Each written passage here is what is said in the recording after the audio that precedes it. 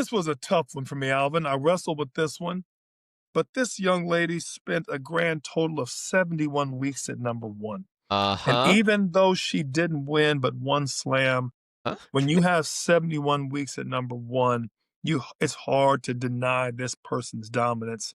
Caroline Wozniacki, Alvin. Caroline Wozniacki. I had to put her in the mix. If there was one person that I was going to include in the one Grand Slam, uh, you know, a group, it was going to be Caroline Wozniacki, who was a perennial number one during that time, regardless of the slam wins. And that was always the rub on her. And then she won one.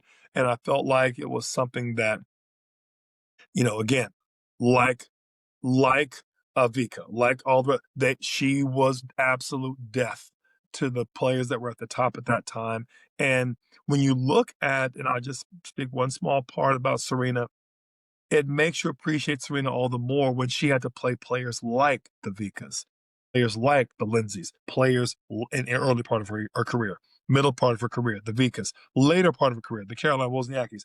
You just realize these weren't given.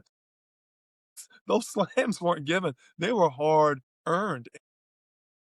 The girl, that's it, 71 weeks at number one? 71. 71? Yep. Come on. Yep.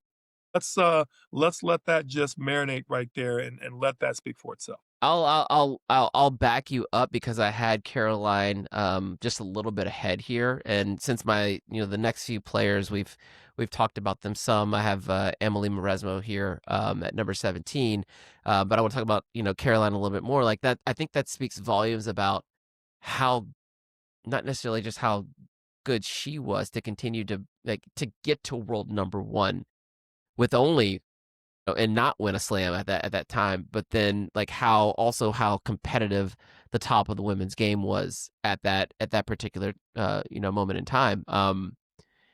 Caroline, yeah, she's almost like Dirk Nowitzki, right? She finally gets one, and that's the thing that puts the cherry on top. Okay, But she was always good.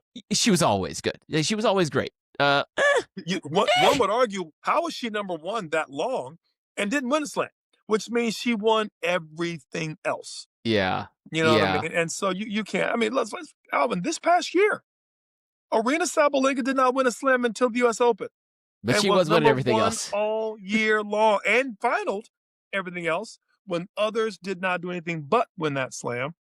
And there's no shame on Madison and Coco and Iga and their great years they've had. So my point is, but to retain that number one and not win a slam is in itself a feat we didn't consider. I know I didn't at the time, but I look back on it, I'm like, well, wait a second. How did she? Well, that's why. Well, and everything else. I think you also have to consider, right? So she wins that slam in 2018, right?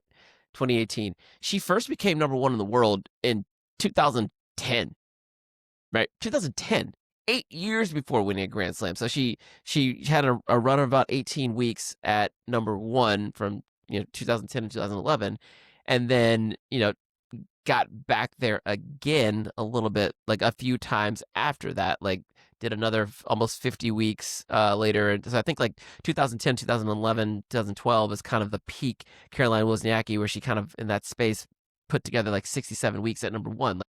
That's the bulk of her work right there. And then you start to see the players like Azarenka and Sharapova and Serena and Kerber and Pliskova and Muguruza and Halep all pop in there. And then even so 8 years later, she's able to get to number one again after winning the U.S. Open, the Australian Open that year, to kind of put the cherry on top of her career, get back to number one again.